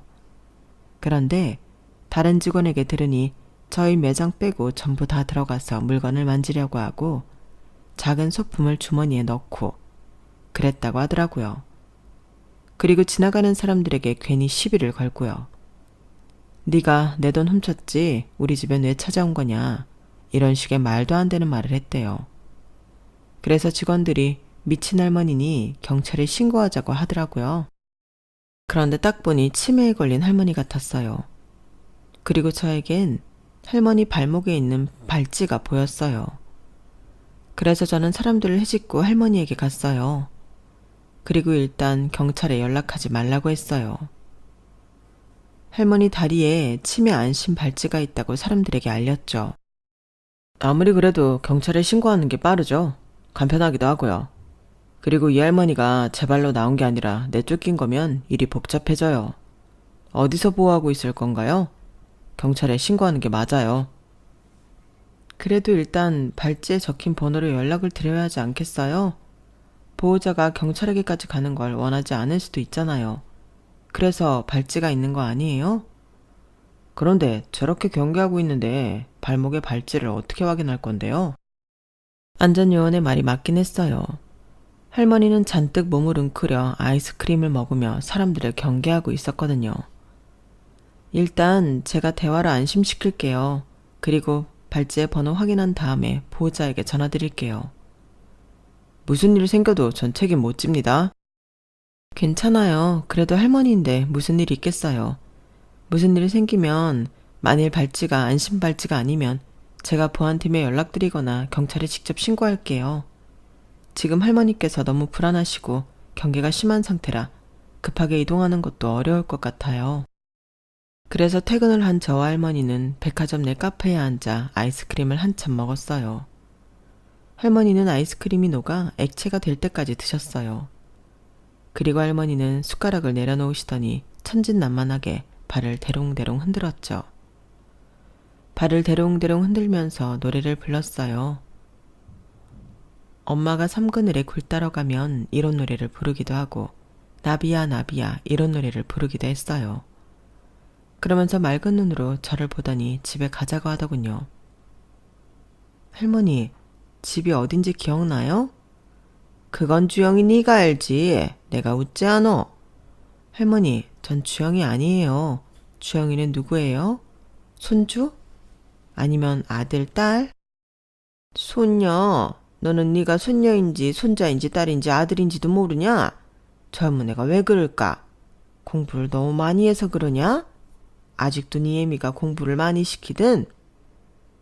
할머니와는 도통 말이 되지 않았어요. 소통 불가능했고 방법은 안심 발찌를 확인하는 수밖에 없었죠. 하지만 그것도 어려웠어요. 제가 테이블 밑으로 가 할머니의 바짓단을 올리려고 하면 할머니가 발을 휙휙 흔들면서 저를 위협했죠. 하지마, 하지마 주영아. 그런 건 어디서 배웠어? 할미가 맴매한다? 저는 더는 방법이 없나 절망했어요. 그러다 생각난 것이 할머니의 경계를 허물어야 한다는 거예요. 그래서 저는 할머니의 손녀 주영양인 척했어요. 할머니, 아이스크림 맛있었어? 다음엔 뭐하고 놀까? 오늘 집에 들어가지 말고 나 할머니 집에서 잘까? 제가 그렇게 말하자 할머니의 동공이 커지면서 할머니가 고개를 끄덕였어요. 아이스크림 맛있었냐? 주영이 네가 좋아하는 딸기 맛은 없어서 초코 맛으로 사왔는데 입에 맞디? 이제 뭐 하고 싶냐? 할미는 주영이가 좋아하는 건 다 좋다. 오늘 집에 들어가기 싫걸랑. 할머니가 네 엄마한테 말해서 할머니 집에서 재우겠다고 말해주마. 그럼 할머니랑 꼭 껴안고 자자. 할머니가 자장가도 불러주고 내일 아침에 네가 좋아하는 떡국도 끓여주구마. 할머니는 그 말을 시작으로 손녀인 주영양에 대한 이야기를 했어요. 할머니 손녀인 주영양은 할머니 기억 속에서는 7살로 단발머리에 양뺨에 주근깨가 있고 빨간색 멜빵 원피스를 입을 때 그렇게 귀여우며 메론빵과 하얀 우유를 좋아하고 수학을 잘하고 노래 부르기를 좋아하고 제 엄마보다 제 아빠를 많이 닮았어요. 할머니는 차근차근 천천히 주영양에 대해 이야기를 하면서 틈틈이 저에게 맞지? 그렇지? 하며 대답을 바랐고 그때마다 저는 꼬박꼬박 대답을 해줬어요. 할머니는 주영양의 이야기를 할 때 아이스크림을 먹을 때보다 행복해 보였어요. 그 모습을 보니 참 사람이 늙는다는 게 슬프기도 하고 그럼에도 가장 소중한 기억을 가지고 산다는 게 대단하기도 하고 그랬어요. 그렇게 몇 시간을 할머니와 대화를 하다 보니 나중엔 할머니가 잠들더라고요. 아주 고온히 잠드셨어요. 이때다 싶어서 테이블 밑으로 가 안심 발찌를 확인했어요.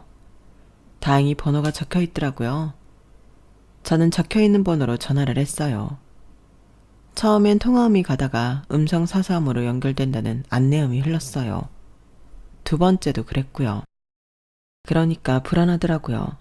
정말 보호자가 할머니를 버린 게 아닌가 싶어서요. 그런데 세 번째 전화가 연결되었어요. 여보세요? 아, 네, 지금 할머니 한 분은 보호 중인데 보호자신가요? 제가 그렇게 물으니 전화를 받은 상대방이 안도의 한숨을 길게 쉬더라고요. 그리고 저에게 묻지도 않고 따지지도 않고 고맙다는 말만 반복했어요. 그 뒤에 장소가 어디냐고 물었죠. 그런데 제가 백화점이라고 말하니 다시 한숨을 쉬더라고요. 아까의 안도와는 다른 종류의 한숨이었어요. 저는 일단 기다리겠다고 하고서 보호자를 기다렸어요. 보호자는 15분도 안 되어서 도착했다는 문자를 보냈어요. 저는 아이스크림 가게에 있다고 답장을 했죠. 그 사람은 백화점을 빠삭하게 아는지 금방 찾아오더라고요. 그런데 그 사람은 제가 아는 사람이었죠. 저희 백화점 지원 본부장이자 이사였죠. 저는 놀라서 일어나 꾸벅 인사를 드렸어요. 다행히 높으신 분이 저를 알 리 없었죠. 그래서 저는 간단히 자기소개를 했어요. 저희 식구인 줄 몰라보고 본의 아니게 패를 끼쳤습니다. 죄송합니다. 그리고 꽤 오랜 시간 저희 어머니랑 같이 계셔주셔서 감사합니다. 제가 이 은혜를 어떻게 갚아야 할지. 알고 보니 할머니는 지원본부장이자 이사님의 어머니셨더라고요. 저는 괜히 아이스크림을 드시게 한 게 마음에 걸려서 사과를 드렸어요. 아이스크림이 드시고 싶다고 하셔서 사드렸는데 괜한 걸 드시게 한 건 아닌가 모르겠네요. 죄송합니다. 아, 원래부터 단 걸 좋아하셔서 괜찮습니다. 얼마나 왔습니까? 아니에요. 고작 몇천 원 정도인데요. 괜찮으시다면 다행이고요. 그럼 전 이사님도 오셨으니 가보도록 할게요. 그렇게 이사님에게 인사를 한 뒤 가려고 하는데 이사님이 제 손을 잡더라고요. 네? 그런데 저희 어머니께서 무슨 말씀을 하셨나요? 원래는 통 말씀이 없으시거든요. 무건수행 하듯이.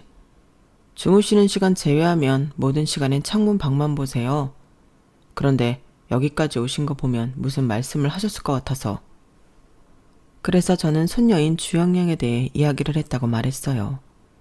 그러자 무슨 이야기를 했는지 자세히 묻길래 할머니가 말씀하신 그대로 이사님께 말씀드렸죠. 그러니까 나이 먹은 성인 남자가 눈물을 훔치더라고요. 제가 왜 그러냐고 물었어요. 손수건을 건네면서요. 아, 그 주영이가 제 딸입니다. 애가 8살 때 별거를 했고 10살 때 이혼을 했어요. 아이 양육권은 아이 엄마가 가지고 갔고요. 그래서 어머니는 애가 8살 때부터 본 적이 없어요. 참 주영이를 예뻐했어요. 사실 그 아래 2살 터울 아들이 있는데 손자보다 손녀를 더 예뻐했죠. 원래 친할머니들은 손자를 더 예뻐하는데 그렇죠? 근데 딸애가 참 맑았어요. 싱글벙글 웃고 노래하고 춤추고 재롱도 참 많이 떨었죠. 할머니가 딸아이를 좋아하는 만큼 그 애도 할머니를 좋아했어요. 할머니 집에 간다고 하면 뜬 눈으로 밤을 지샜죠. 그리고 할머니 집에 가면 차에서 내리자마자 뛰어가서 할머니에게 폭 안겼어요. 자주 아이들을 봐주셨어요. 본인이 좋아하셔서요. 그러다 제가 별거하고 이혼하게 되니 못 보셨고 1년 전부터 중증 치매 증세를 보이더니 말을 잃으셨죠. 그러다 가끔 하는 말이 주영이 이야기예요. 많이 그리우신 건지. 하지만 벌써 그 아이도 사춘기가 되어서 할머니를 기억할지 모르겠네요. 아, 제가 말이 길었죠? 그러면서 이사님은 다시 눈물을 훔쳤어요. 그리고 주무시는 할머니를 흔들어 깨웠죠. 하지만 도통 할머니가 일어나지 않았어요. 이거 참 안고 갈 수도 없는데 잠시만 앉아서 기다리세요. 저도 같이 기다려드릴게요. 시간을 뺏어서 죄송합니다. 도와주신 것도 있는데. 아니에요. 저도 즐거웠어요. 할머니가 손녀부를 많이 사랑하셨나 봐요. 지금도 사랑하시는 것 같고요. 어머니가 그쪽을 주영이로 착각했다고 그랬죠? 한 번도 이런 적이 없었는데. 아무쪼록 정말 감사합니다. 제가 이 은혜는 반드시 갚을게요. 그렇게 저희는 간단한 대화를 했고 할머니 이야기뿐 아니라 다른 대화도 잘 통했어요. 그리고 며칠 지나지 않아 이사님은 정말 저에게 보답을 하겠다며 식사를 대접했어요. 그렇게 식사를 했고 그날도 대화가 잘 통했죠. 그래서 커피도 마셨어요. 드라이브도 했고요. 그리고 저희는 지금 느끼는 감정을 확인하듯 몇 번 더 만나다가 연애를 시작했어요. 연애를 하면서 저는 처음으로 나무 그늘 같은 안정감을 느꼈어요. 이사님은 저보다 10살이 많지만 많은 만큼 인자하고 저를 품어줄 수 있는 사람이었죠. 그리고 이사님은 제가 자기 부모님에게 잘하는 만큼 저희 부모님에게도 잘했어요. 내로남불이지 않았어요. 저희 아버지가 돌아가셨으니 이제 엄마가 혼자 사시잖아요. 그러니 마당에 CCTV도 달아주고 도어락도 설치해주고요. 엄마가 고추밭 농사를 돕는 아르바이트를 하는데 몸이 걱정된다며 안마의자까지 보냈더라고요. 그런 대우를 처음 받아봤어요. 그래서 저는 더더욱 이사님에게 확신이 섰고 그분의 프로포즈에 고개를 끄덕일 수 있었어요. 그리고 제가 백화점 VVIP가 된 건 이사님이 본인이 필요한 것들을 사면서 제 이름으로 적립을 했기 때문이에요. 제가 필요 없다고 했는데 언제 쓸 일이 생길지 모른다며 해놓겠다고 하더라고요. 지점장님이 제게 인사한 이유도 제가 이사님 애인이자 예비 신부임을 알고 있기 때문이고요. 배우는 이래요. 그리고 제가 위협을 당했다는 사실을 알고 걱정이 된 이사님이 저와 엄마를 데리러 왔는데요. 그 앞에 시어머니가 서 있는 거예요. 너 이게 뭐 하는 짓이니? 아주 내 얼굴에 먹칠을 할 작정이야? 네가 VVIP라니? 이게 어떻게 된 일이니? 너 나를 속인 거야? 그렇게 말하며 날뛰길래 저는 한숨을 푹푹 쉬며 시어머니에게 일침을 날렸어요. 이사님, 먼저 들어가 계세요. 어머님, 아니 이제 어머님도 아니죠. 아주머니, 여기서 이러시면 안 돼요. 제가 VVIP든 일반 회원이든 그게 어떻게 아줌마를 속인 일이죠? 저 이제 그댁 며느리 아닙니다. 함부로 할 수 있는 사람이 아니란 말이에요. 그러니 앞으로 제 인생에 나타나지 않았으면 좋겠네요. 뭐야? 네가 왜 이 외제차에 타? 그리고 이 남자는 누구야? 새로 시집이라도 가겠다는 거야? 네가 이혼녀여도 괜찮대? 어? 임신도 못하는 게. 그러자 차창이 열리더라고요. 네, 괜찮습니다. 어차피 저도 이혼남이고요. 자기야, 빨리 타. 이사님의 재치 있는 말에 시어머니 뒤로 넘어가더군요. 바닥에 앉아서 땅을 치며 우는데 볼만했어요. 그렇게 저는 평생 풀지 못할 줄 알았던 한을 풀고 시원한 복수를 했어요. 들어보니 시어머니는 백화점 블랙리스트로 등록되어 쉽게 들어오지도 못하는 모양이에요. 전 남편도 제 소식을 듣고 엄청 분해하더군요. 우리의 사랑이 그렇게 가벼웠냐느니 그런 문자를 보냈길래 답장을 하지 않고 차단했어요. 저는 이제 제 앞날에 펼쳐질 꽃길만 생각하려고요. 내년에 있을 결혼식이 기대가 되어요. 여기까지가 제 사연입니다. 여러분들의 앞날도 제 앞날처럼 복이 가득하고 꽃길이 펼쳐져 있길 바랍니다. 사연 들어주셔서 감사합니다. 오늘도 좋은 하루 되세요. 여러분, 사연 댓글에 응원과 현명한 조언 부탁드려요. 좋아요와 구독은 저에게 큰 힘이 됩니다. 오늘도 좋은 일 가득하세요.